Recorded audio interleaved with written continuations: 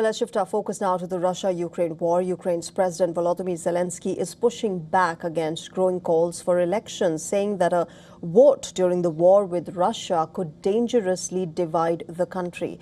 The political debate, remember, comes as Zelensky faces mounting pressure from both abroad and within Ukraine over his leadership and the future of the country's democracy.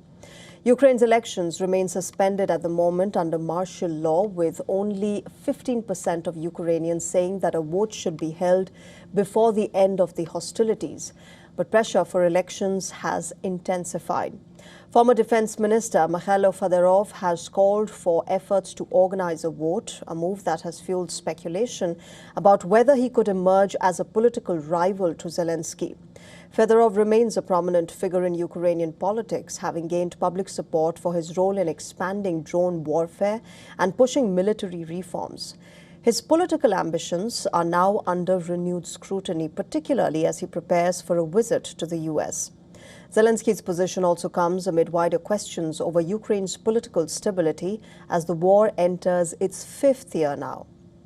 The Ukrainian president has previously faced calls from both the Russian President Vladimir Putin and the American President Donald Trump to hold elections.